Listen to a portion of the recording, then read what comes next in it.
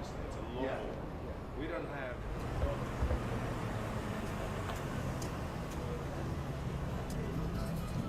All I can do is just sort of give a general look of what Venice is like. And it's not really predicated on how long you've been here. Okay. It's more luck of the draw. It's within the composition, I need a certain look or feel for a person here, and that's what I look for. And there's a kind of karma I'm looking for on the wall. So if somebody's too far off in one direction or not, then they're not going to be on there. But other than that, it's just pretty much luck.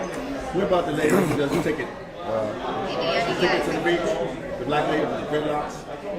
You picked her. Who? The ticket meter maid. Oh, the meter maid. That's Sharon Jacopucci. That was a good choice. Oh yeah, she's a great choice. She has her own show now on 2 TV. You know. And a friend of mine. We've known each other for over 20 years here on the beach. So this is your best work, you think, so far? You know, I can't really say that. I'm proud of all of them. I think the Abbott Kinney mural is really a fabulous piece. I think the Venice Beach chorus line, I really love that one. You know, I'm really fortunate because I sort of get to do what I want, and I sort of make the mural fit the location. And I don't really have a favorite. You know, maybe in the future I'll look back and go, oh, this is my favorite one. But right now I don't really have. Who paid for the wall? The building owners. I don't go through the city. This is done through building owners and business owners. Is that Danny? No, Danny, I did this one for Danny in here.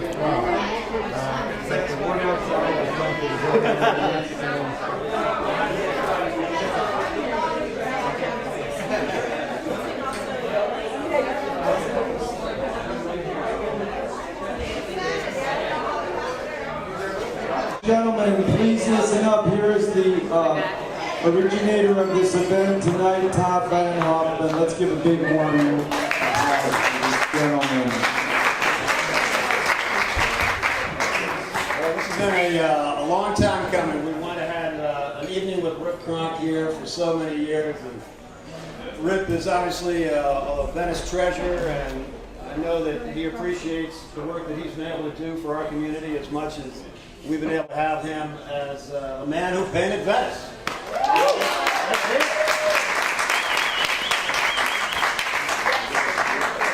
And, oh, not only do we have Susie Williams here, and we got other notaries, we got our artists with us tonight, as well as Emily Winters, and the lovely Lindsay Foster. Of the Cronk Ranch up in Weed, California, chief export is t-shirts. But definitely want to say thank you to our hosts here, Daniel Samakow and James Evans of Danny. Very generous with this amazing space. And of course, commissioned the 2 walls that you see here in the mural room. We couldn't have a more fitting spot for this.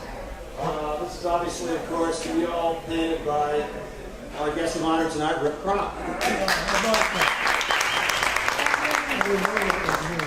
Also want to say thank you to, we have some great patrons of the arts in Venice, from General Real Estate Management, Werner and Simone Scharf. Werner is no longer with us. Simone sadly could not be with us tonight. We're both pictured up here with the sunglasses on their heads in their sporting prime. And to their right, the lovely Ann Everest, who now represents the company and is one of the angels, not of just Rip, but also of the Venice Sign Project. So cheer for them, please.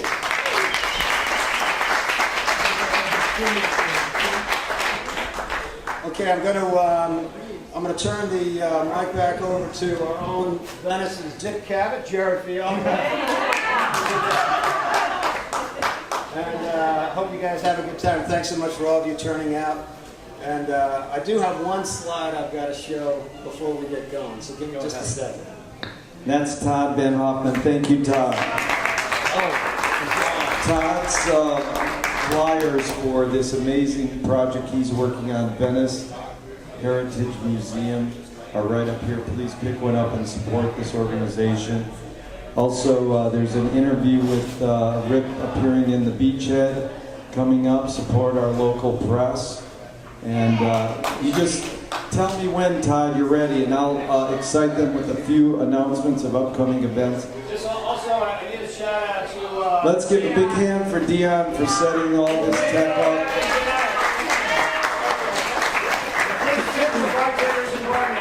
Yes, tip everyone at Daniels. It's a pleasure to be part of a venue so sweet as them. Susie plays here every second Wednesday, and it's free, and she's also playing here on Valentine's Day for all you lovers. And Jessica plays funk and soul the first Wednesday of every month, and Dion. All right, can anybody do a jumping jack here? Yeah. All right, we need 3 jumping jacks. Get up. Come on, Jack. Jumping jacks for Jack. Let's do it. Are you ready? 1, 2, 3. All right. Thanks very much. I was president by Joe Beatty, who honored Muscle Beach today. A Lifetime Achievement Award for Jack, and supplied those lovely escorts. I'm sorry I have no photograph of Jack's face. Thank you, Todd. So, Rip, it's a real pleasure to have you here, and thank you so much for all your art in Venice. We're going to go through a lot of slides of all the murals you've done here in Venice. So, can you tell us the backstory, where the original mural started and how it got on this wall? Okay, so there's actually 3 Botticelli parodies that I painted for Venice. The first one was painted in 79, 80, and that's the one that's on the wall here. 2/3 of this mural is actually on display at the Venice jail, which is the Spark offices on Venice Boulevard. So that one's still around to see. You can tell it's on panels. It was painted and placed on the pavilion, and then in 1989 it was in pretty rough condition, and I proposed to paint Venice Reconstituted, the mural that was on the side wall, until I replaced it with this one. And each one is a parody of the same Botticelli image, and it just, I used the same idea over and over, and it just sort of develops. The second one, Venice Reconstituted, took elements from this mural and then new elements to make the new composition, this image. And then when this one got added with the Venice Reconstituted, then I proposed to do a third version, which is the one that I just completed. And it was the same theme over and over. So that's really the backstory. And so what was your initial reaction to the first graffiti that ever appeared on your murals? What was your first reaction when you first saw the first graffiti? I knew before I painted them in Venice they were going to be good. It goes without saying. So you can tell in Venice Reconstituted, the way I used splatter on the bottom half of the mural was done so that when the graffiti gets on it, I can go through and just add more splatters over it to place the graffiti on. And for the first 15 years, that worked just fine. And then at a certain point, it just kind of got out of hand, and the writers took out the images themselves and didn't just, stay on the bottom half of the mural. Right. It worked for 15 years. I was very happy with that. So has your reaction changed to how graffiti is on your murals? No, it's a part of life in Venice. You know that's going to happen. I really don't have much trouble with graffiti. As I told people before, the tendency is for graffiti writers to sign the mural. So I'm more or less flattered by that. Every now and then I'll get hit in the center, but when I put murals at street level in Venice, I put up images that are easy to repair, knowing they're going to get hit. But is that why you don't put on the level now anymore? It's up higher as a result of that? This one, I put up higher because This mural is right on the path to the graffiti walls out on the beach, which is a wonderful thing, so I have nothing negative to say about that. But because the mural was on a direct path to the graffiti walls, it got hit and messed up.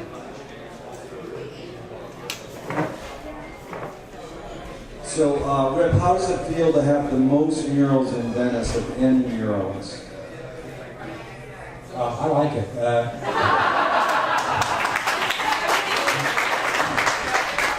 Yeah. We like it too, his wife says. When I came to Venice in 1979 and saw all the available walls, and also that here was a place where roughly 10 million people a year cross by those walls, it was just like a great opportunity for me. I was just fortunate to be able to take advantage of it. To that end, I'd like to say that while I'm the one that's getting accolades and I get to put my name on the murals, really, I'm only a part of it. It requires the support of the community and the building owners, and they have to have the trust in me to do it. So it's really a lot bigger than me. It's more a community thing, and the pieces that I do, all of them are really, the intent is to do stuff that's community oriented and made specifically for a particular location in site. When I have a wall become available to me, I never have in mind beforehand what I'm going to put on that wall. What goes on the wall is decided in process. That's part of the process itself. And I look for input from not only the community and the building owners, and so I'm looking at the site and what the shape is and what the viewing points are, and somewhere in that process I'll come up with the idea. Sometimes the idea is a single portrait of Abbot Kinney on a more or less conservative area of Venice. Other times it's the dancing chorus line of half animal, half cartoon, have people cartoon image right on this boardwalk. So the pieces are that. They're designed at the site for the site. And Rip, you have some great essays on your website that I recommend everyone to go check out and read. And you've talked a little about this, but there is a difference between a lot of people in this room are people who go to art galleries and try to sell their art the normal way, which is through an art gallery, and you've chosen a different medium. And they both do involve commerce in a way, because you have to be hired or the building owner has to have some agreement with you.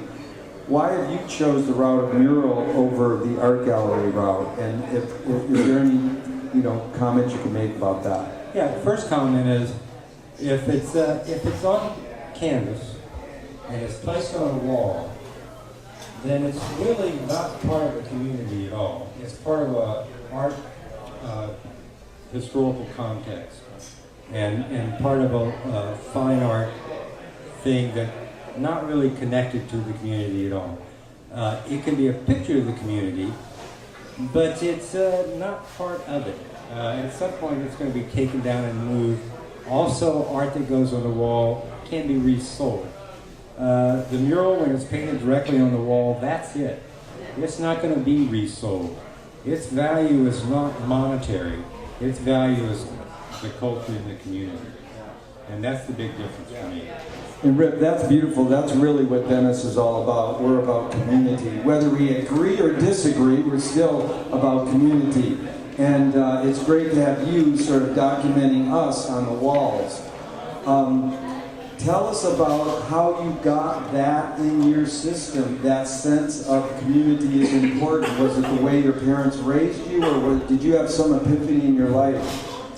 No, this was after graduate school, and I lived in Hawaii for a while, and I kind of got away from, I was disenchanted with what was going on in the gallery and fine art at the time. And the opportunity came along to put up a mural in Hawaii, a public mural, and that's really what opened the door for me when I saw the effect it had in the community. You actually play a role. It actually functions in a kind of way. So it's not reducible to money. It's only reducible to culture. Just to repeat myself, and that's really it. And when I got to Venice, well, here was the spot where so many people go by. Then it allowed me the opportunity to sort of reach a really large audience in a way you can't really do in a gallery. Okay, so I moved here in 1979.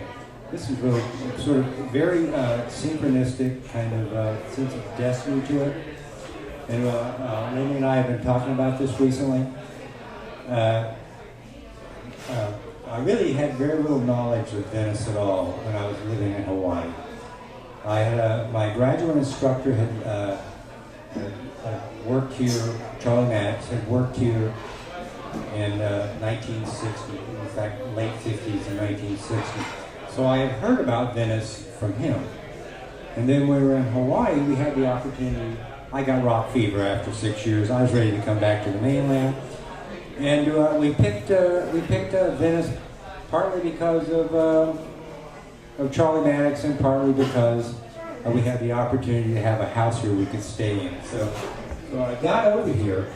The first week or so I was here, in the paper was an advertisement for a resident artist at Spark. And I got the job. So that got my foot in the door, and that's when I put up the first of the Botticelli parodies. So it was just all very lucky. And when in 1989, when it came time to put up Venice Reconstituted, I had to approach Warner Scharf to get permission to use this wall, although it was actually being paid for by Spark through the city, which let me acknowledge Judy Baca for that, because she really is,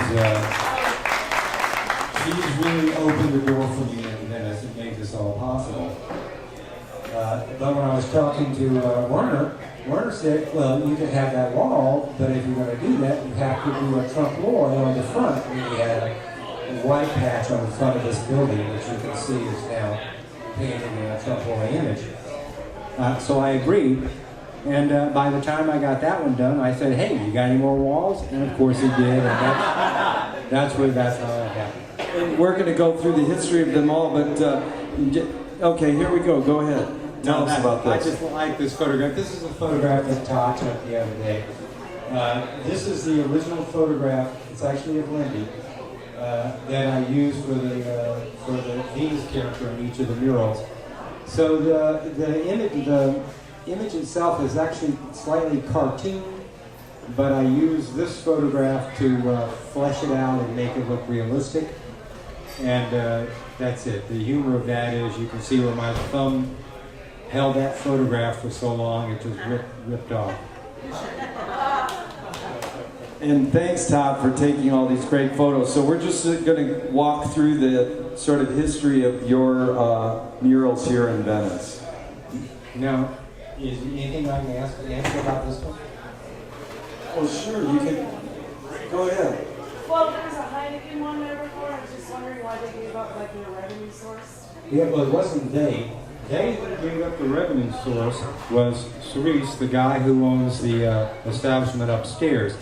And I'm very grateful to Cerise for doing that. The fact of the matter is I'm not going to tell you how much he was making, but he was making a lot more money than I make. Well, he told me. He told me how much he's losing by You doing can't that. tell us? No, I'm not going to do that. You like lockup on the left that day, I see. Oh yeah, it looks like Block standing on the list. Yeah, I was painting block. Yeah. But he's not actually on the list. No, that's what I'm painting. Yeah. So what's the history of this? What year and what was your inspiration behind this mural? Venice is really, as we all know, has a sense of community and a sense of camaraderie that that goes beyond financial or ethnic or any other kind of division. So this is one of those rare places where there's a sense of group community that includes everyone from the indigents to the building owners to the celebrities. And this was an attempt to sort of represent that.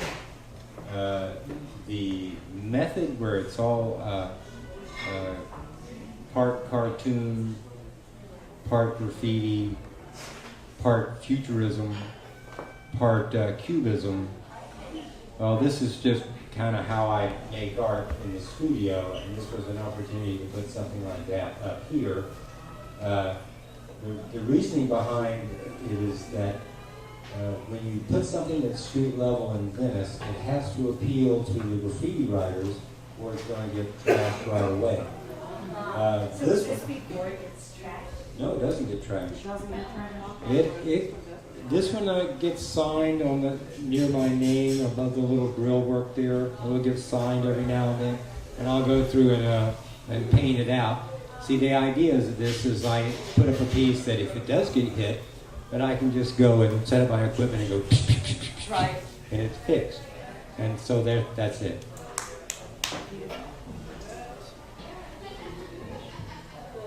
Who commissioned that wall? Whose wall is that? This is one of Werner's walls. Almost every one of them here is Werner's walls, with the exception of the Jim Morrison, which belongs to David Drawer.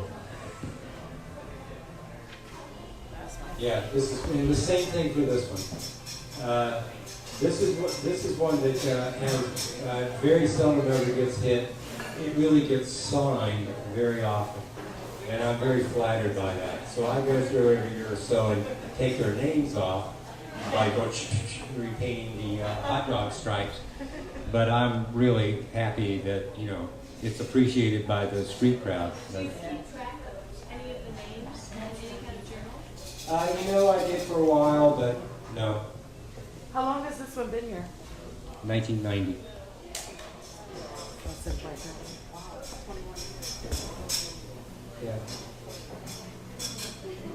This one was done for Sally Starlock.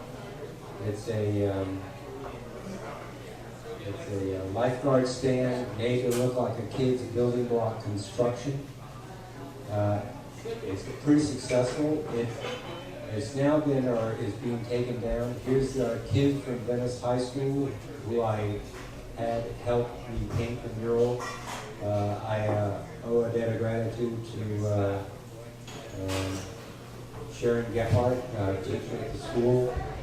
She helped me in several of the projects that involved the Venice High School to organize and put it together. When this is on the beach, it was actually left on Mother's Beach until it was taken down a few weeks ago. But on the beach, from the distance, it really had the look of a kid's building block construction, and that's what the inspiration was.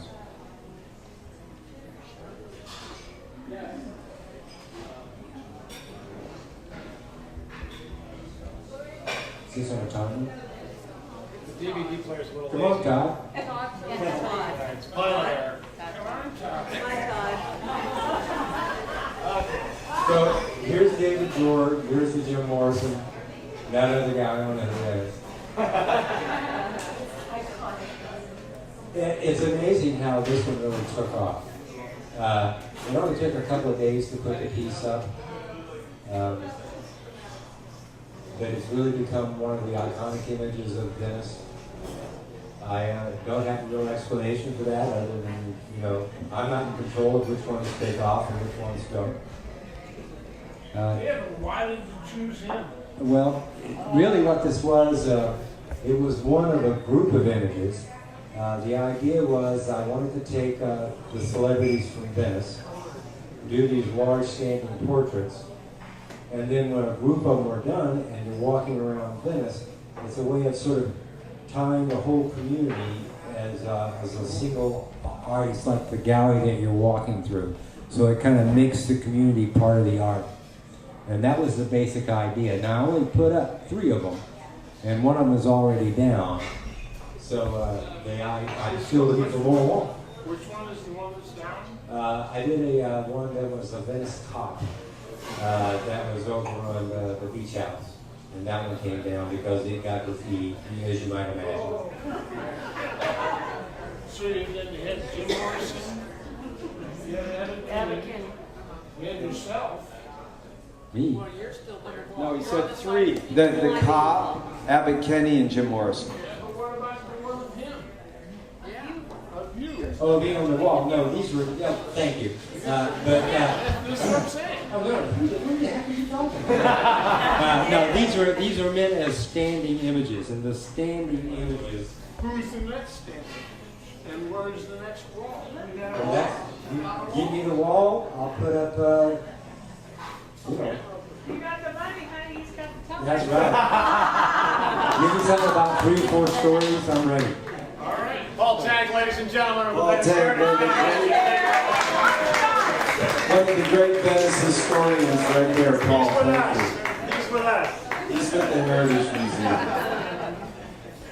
He's with that beautiful blonde right there. That's who he's with. Marsha. Let's hear it for the women of Venice. All right, what's this, Rip? What's happening here? Oh, I think this one, it should come. Gorgeous Morrison. I also say thank you very much. I think it's a brilliant feminist piece. I love seeing a handsome, bare-chested man.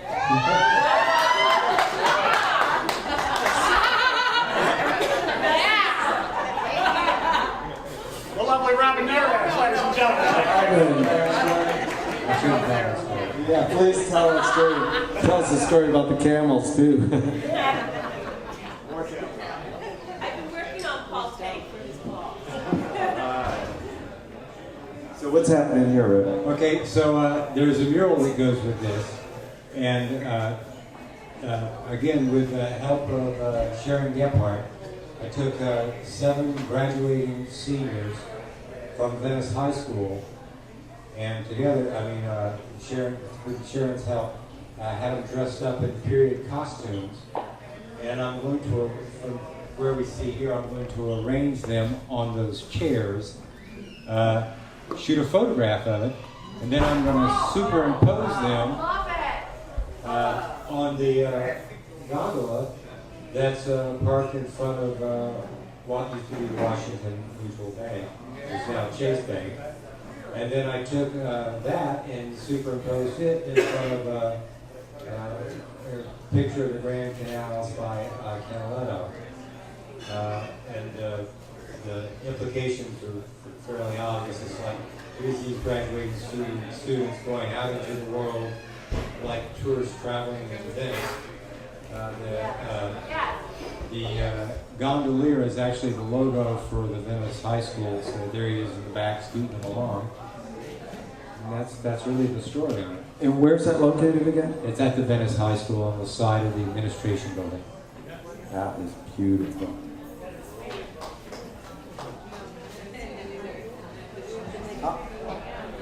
Okay, what's the story? Now, this is a great photo. Thank you, Todd, because you see the beach house sign, which is actually burned down a couple of years ago. So tell us, there's the whole history of this, because there's 3 tricks in this. Your old cultural tricks for you. Right, so Werner, when I'm looking for his walls, and we saw this one, hey, let me put some up here, and he goes, well, what I want here is I want to have a trunk-worthy view on the wall.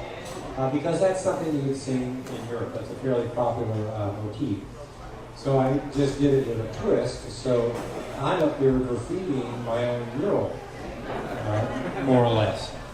So as you walk out, the first thing you do is you walk up. The first thing you do is you see, Venice and me up there painting it, and then you realize that it's actually a mural of the beach house painted on the side of the beach house.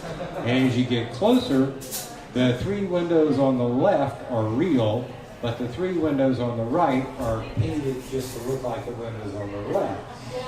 So as you walk up, you kind of unravel the trunk-rolling images, the implication is the reality that you're in is just the next one of those front doors. That is amazing. So most people don't even know that those two windows on the right are painted. Right. You figure it out when you get close enough to see it, but as you walk out, it takes a while to see that. I have a question. Emily. When you transfer your image, do you use a grid? Yes. Yes. All these murals are, the images are all gridded to kind of get you into the general area, but once I start painting it, the grid is gone and I'm just looking at a photograph. When you're painting something the scale of this, where the eye is, you know, this big, and I'm sitting on that little machine, so I'm this close, I have to kind of get the grid to get it in the right area. But after that, I'm not really exactly sure how the process works. That's good. Don't reveal your secrets, really, all the rest of you. Could you tell us how much time is spent on a mural like that one? I think that took about a month. What do you got, Paul? What a long way. Why the long legs? You know, whenever I do these murals, I never do them really straight across. I'm always kind of keeping myself interested. And on the mural on the side, which is the Lindy in the Venus pose, her head is very oversized, as is Michelangelo's David. And that's the general premise of what you're supposed to do when you paint large-scale images. But I am not one necessarily to follow the rules. So on the Jim Morrison in particular, it's really sort of fisheye shot from the ground up. So him in particular, his legs are way longer than they should be. This one, it's the pose, I mean it's the shot that kind of gives that look. In reality, it's really not that distorted. To me, it's the opposite. Jim Morrison is fine. This is just like 2 stories of legs swinging at the body. Are you jealous? Do you like women with long legs? I do like women with long legs. All right. Well, that explains it, Paul. Thank you. A woman probably invented Venice anyways, and let the men think they invented Venice. Right, Tom?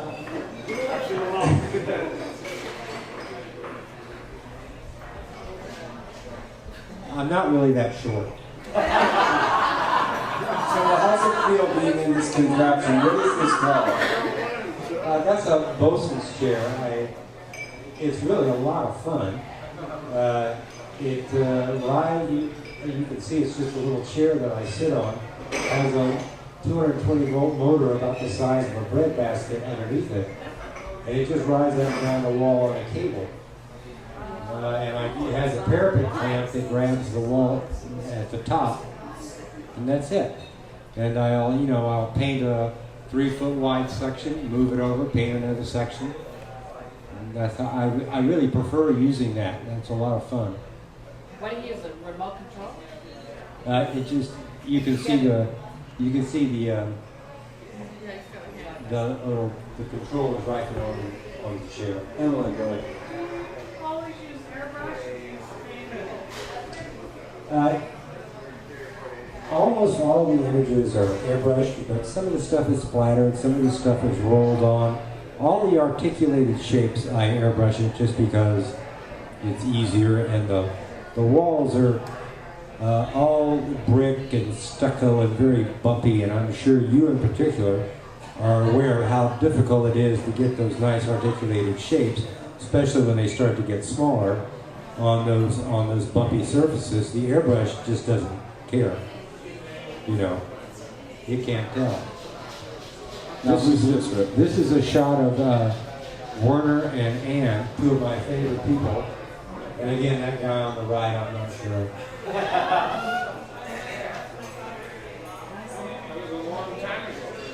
What's the question? When did you give up the Hawaiian shirt look? When I moved to Weed, California, and started raising horses. I still have a great collection of antique Hawaiian shirts, though. Here's Simone next to Werner. She's actually the sponsor of the wall outside, and if she was here, she'd be my most honored guest. And here we are in Danny's gallery. Let's give it up for Daniel, who actually helped in this mural. And Daniel is not really that short either. And tell us the history. How did you determine who to paint on these walls? And this is all airbrush also? Yes. This wall, I came in with a sketch that showed roughly what I was going to do.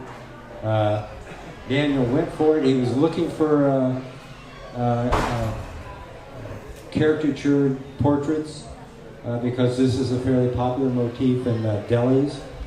And what we see here is just my own idea, my own sort of made up for the spot. The faces here, while they look very realistic, are caricatures. They're just subtle. They're not exaggerated caricatures. So they look fairly realistic. That's it. My favorite is the Trunk.Rip, the fact that it looks like Orson Welles is a peace neck because Ron Kovic's peace sign's on his suit. Let's hear it for Orson Welles as an anti-war activist. Right, Todd? All right, here we go. What's the tuna sandwich?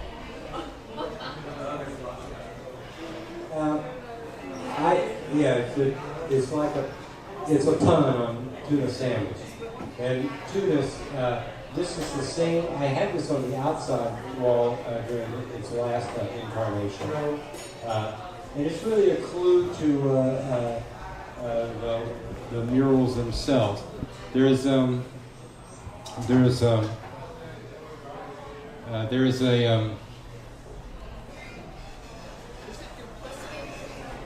no, it's not really duplicity. This has to do with it's really a lot of random stuff out there, and we put it together. And when we do, we find some kind of connection. There's a sense of two-ness, like two things are similar. And to me, this is really the basis for how the thought process works.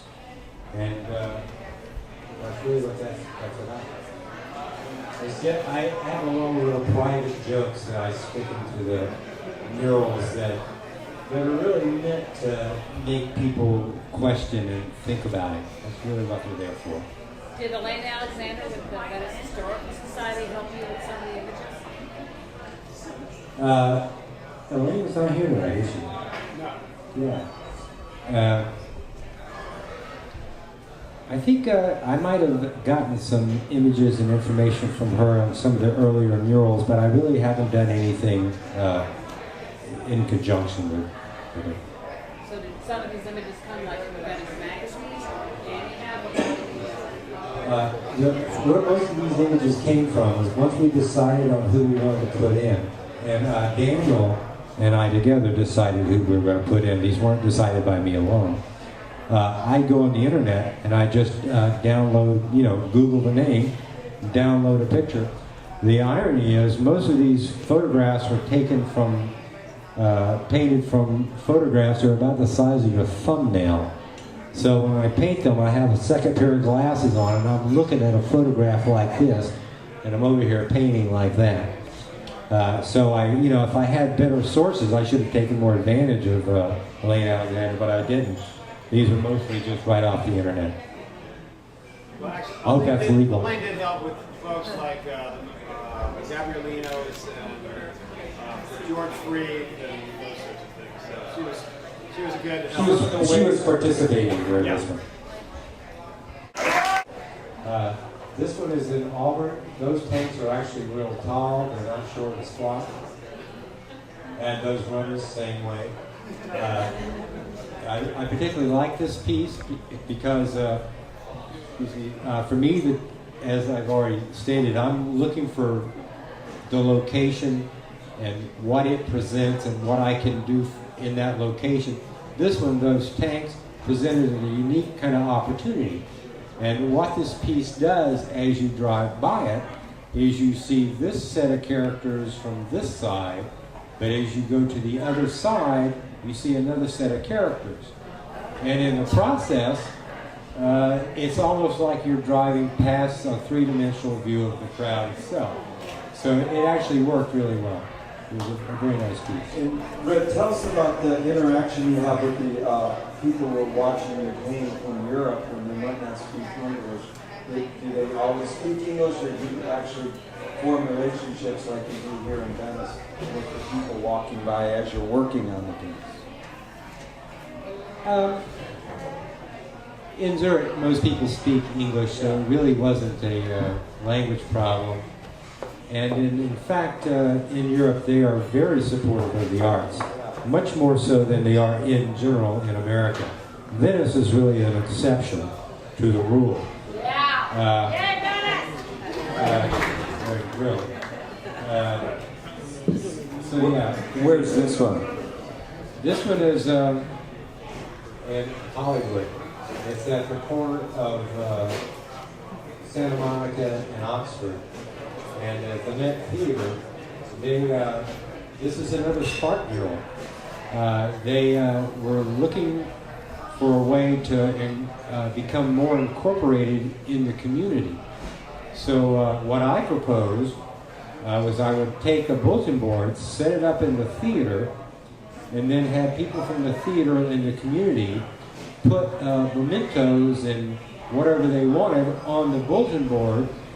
And then I took photographs of it, and then I doled out assignments to student artists according to a particular expertise within the larger composition. And the result is the mural, the push pins in the mural are roughly the size of a fist. Wow. It really has a nice effect. It's a very busy area, and it kind of fits right into the community there.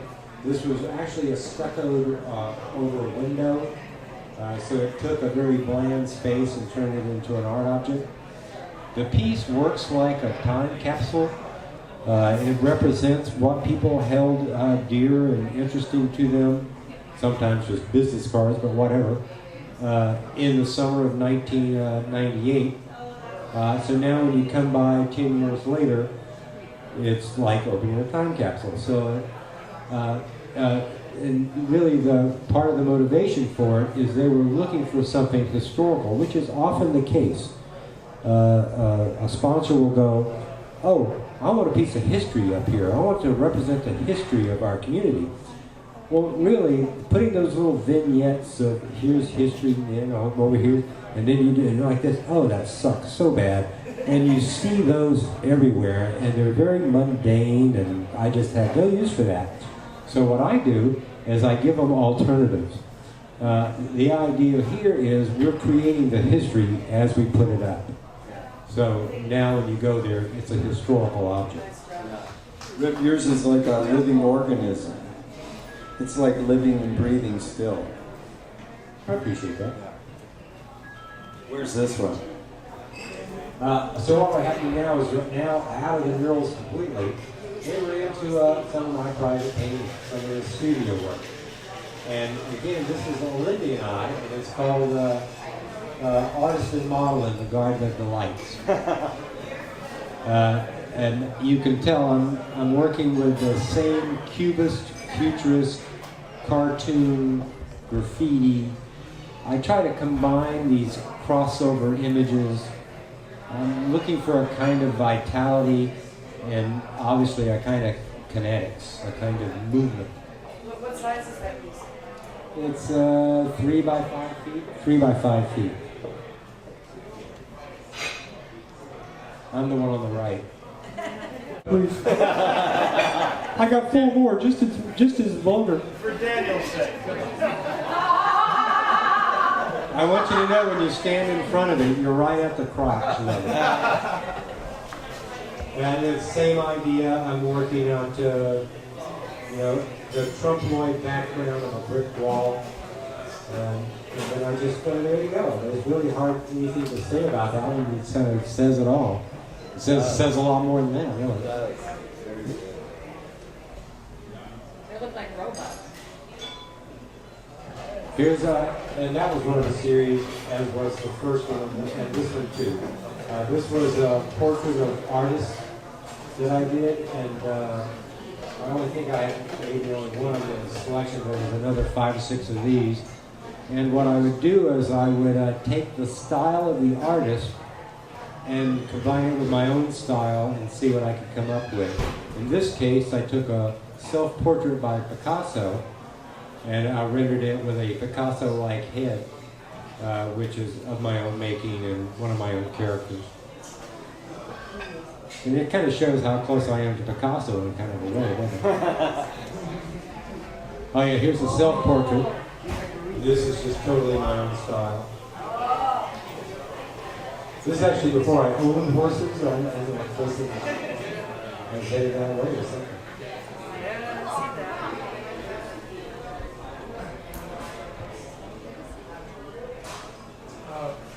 Go ahead. Yeah.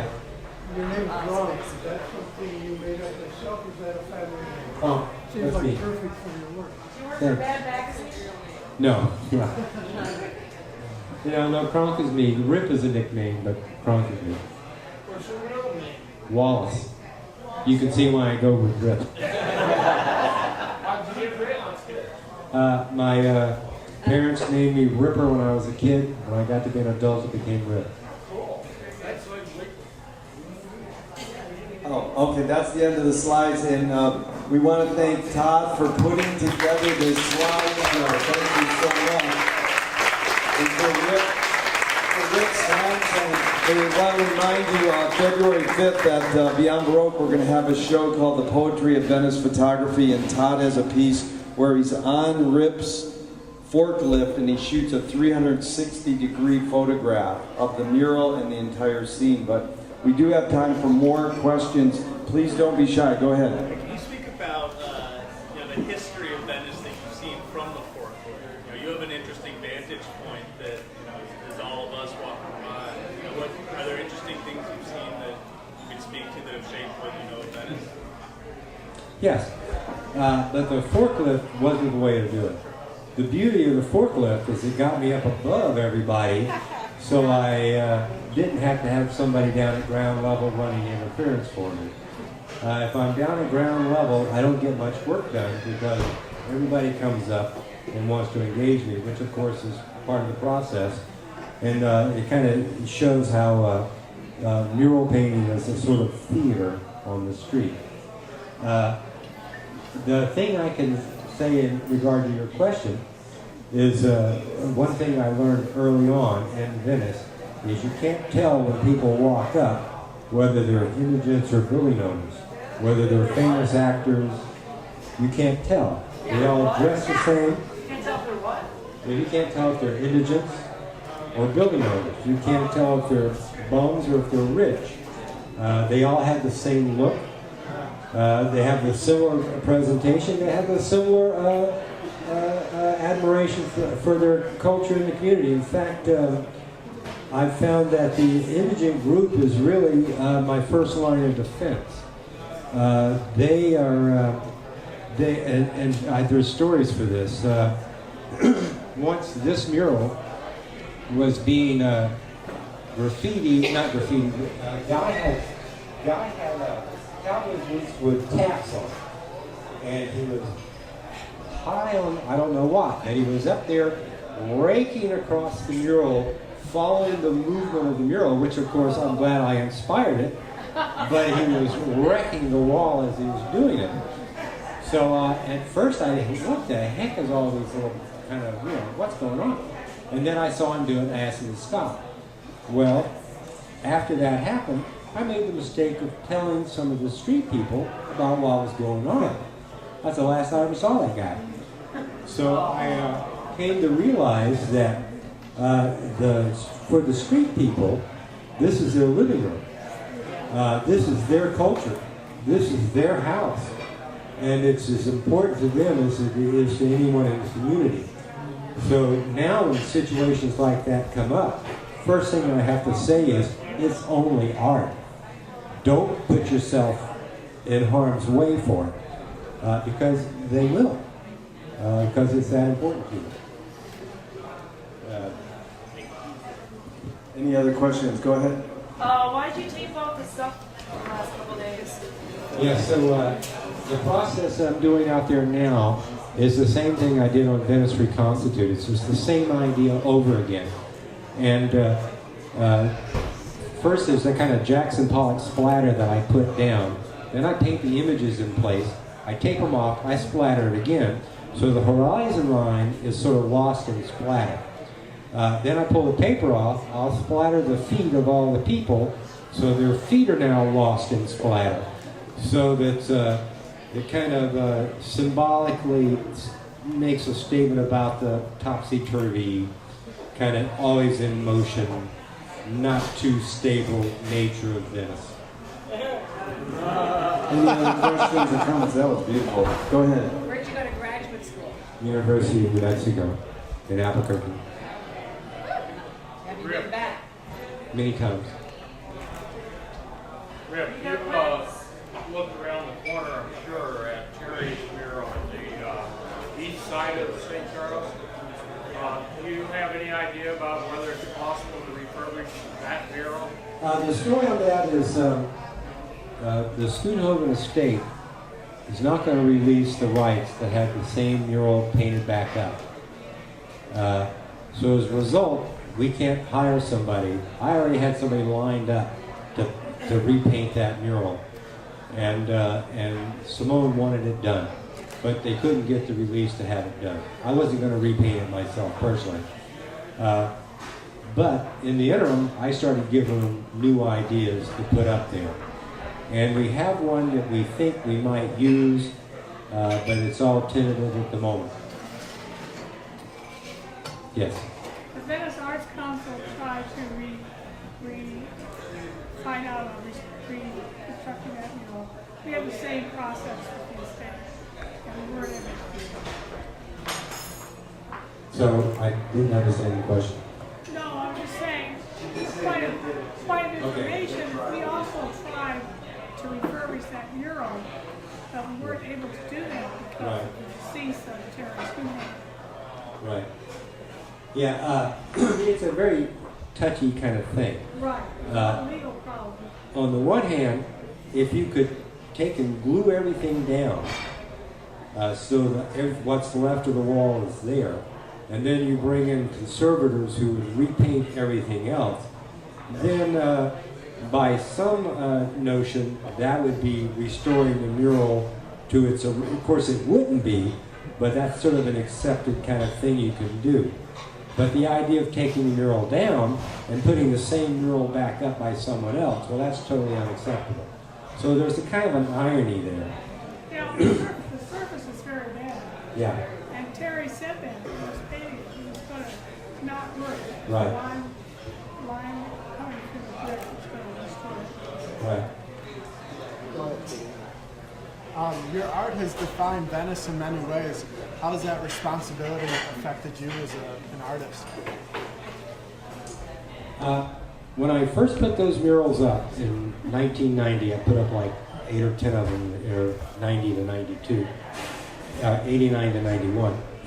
And when I put them up, I had the idea in mind that mural art was temporal. I mean, it's only going to last 20 years if you're lucky. And its value to the community would be a statement that was being made at the moment. And then after a while, that statement would no longer sort of be relevant. And it'd be time to take that mural down, put something else up. Well, I came to discover, in Venice in particular, after 10 years, that mural became more important to the community, not less. So my responsibility was to go back and keep repairing it. Now, that's not completely selfless, because that's me controlling some of the most fabulous walls in the world for putting up public art. So it's really selfish on my part, but it serves the community in the process. Go ahead. I think it's a yes or no question, but do you know any plans for the east side of this building? Well, that's what we were talking about. Yeah, that was that one. That's what they were Right. talking about. If I can get my hands on that wall, I'm getting it, but it's no guarantee. Go ahead.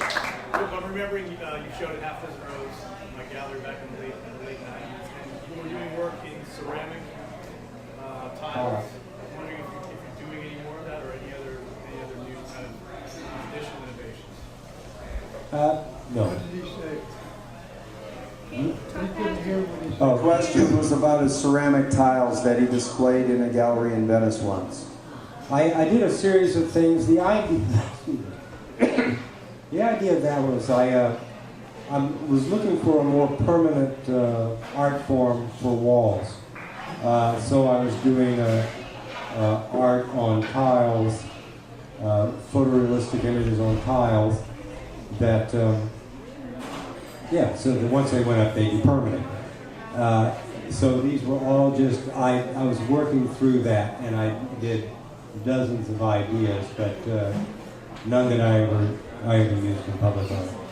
And I'm not doing any more of that now. Presently, I'm doing watercolors. I'm not doing any large paintings right now.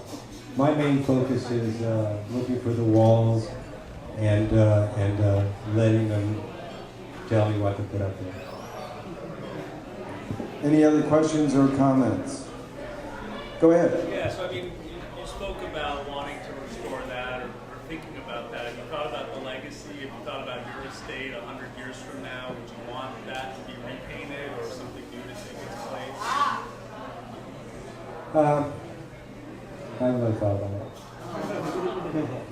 And then connected to the history beyond your art, for people that are new to appreciating murals, are there some in Los Angeles you'd suggest that you check out?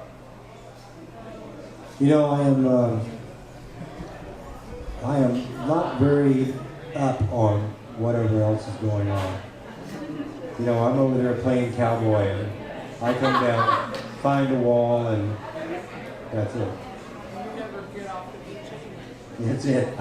I don't go past Lincoln unless I really have to. Anyway. As we say, there's no life east of Speedway. If you were to redo the wall there, how would you handle that brick wall? How would you handle it there? How would you have that removed?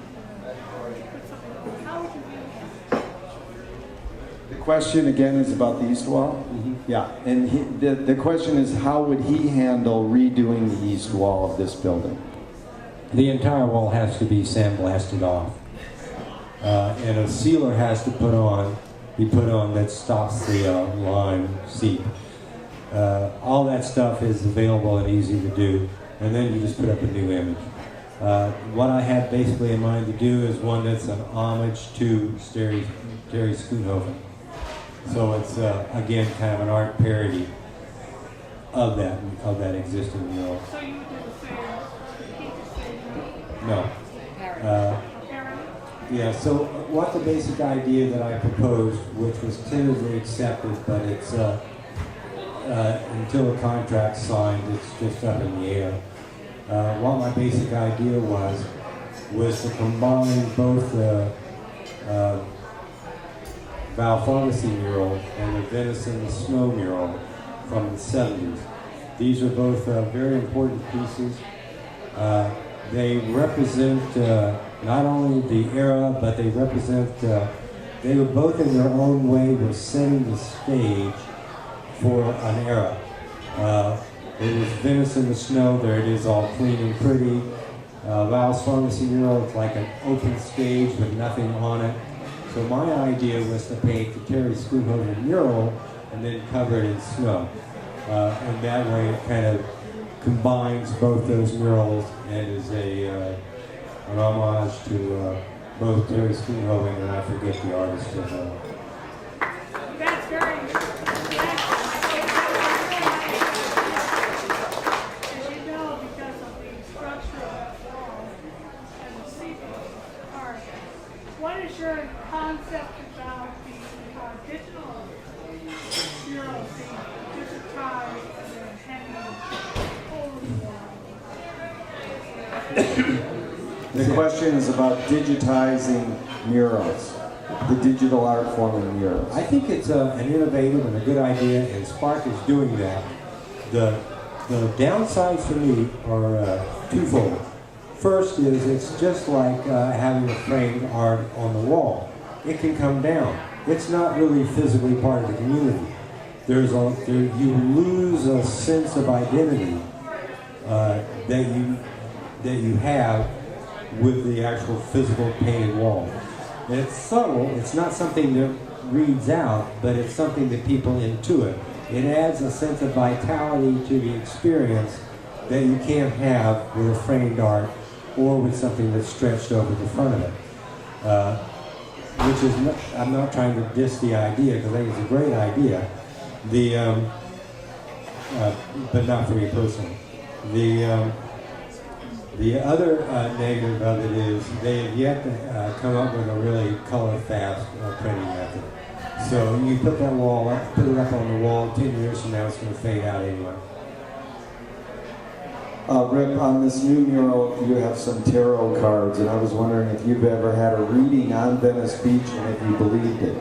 I've never had a reading on Venice Beach, but I'm a fan of tarot cards, and that's it. I'm familiar with them, and it's another clue to the mural if you want to do a reading of what those tarot cards say. Go ahead. I love the California poppies as the flowers. I just think that's great. Yeah, I think in the Botticelli they're like carnations or something like that. I thought I'd bring it home a little closer. Yeah, poppies, it's California, it's also kind of hopey, like, There's no drug reference to it, though. This is a family meal. So, Rip, it is really a pleasure for you to be our community and have our community looking at your art always. So thank you so much, and thanks for everyone here, Todd, Greg.